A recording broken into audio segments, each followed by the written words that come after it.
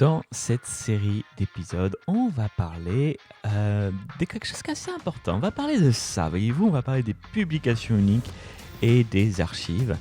Pourquoi? Parce qu'en fait, quand on crée un thème sur Elementor, bien souvent, on se demande ce que c'est. C'est quand même important de savoir ce que c'est. Vous êtes prêts? On commence par la publication unique et c'est parti. Alors, c'est parti pour 2 minutes top chrono. Alors, je suis ici du coup dans la création de mon thème, hein. J'ai bien fait constructeur de thème avec Elementor et on va non pas s'intéresser à l'entête ou pied de page parce que ça c'est le haut et le bas du site et je pense que c'est très explicite. En revanche, bien souvent, on va se demander un petit peu ce que c'est, surtout si on débute avec WordPress, les deux derniers. Donc aujourd'hui, on va voir publication unique.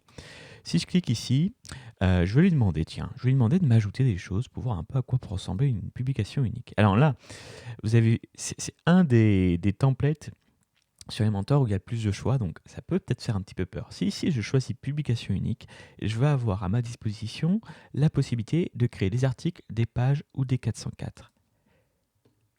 Comme ça peut paraître évident. Avec ça, je vais créer des modèles de pages de type page, article ou page 404. Et il y a juste une petite chose à savoir quand même qui est super importante, c'est qu'en fait, derrière cette appellation, qui d'ailleurs en français, bon, on l'appelle publication unique, ok, peut-être pas très clair. En fait, dites-vous que ça, ce sont des types de contenus.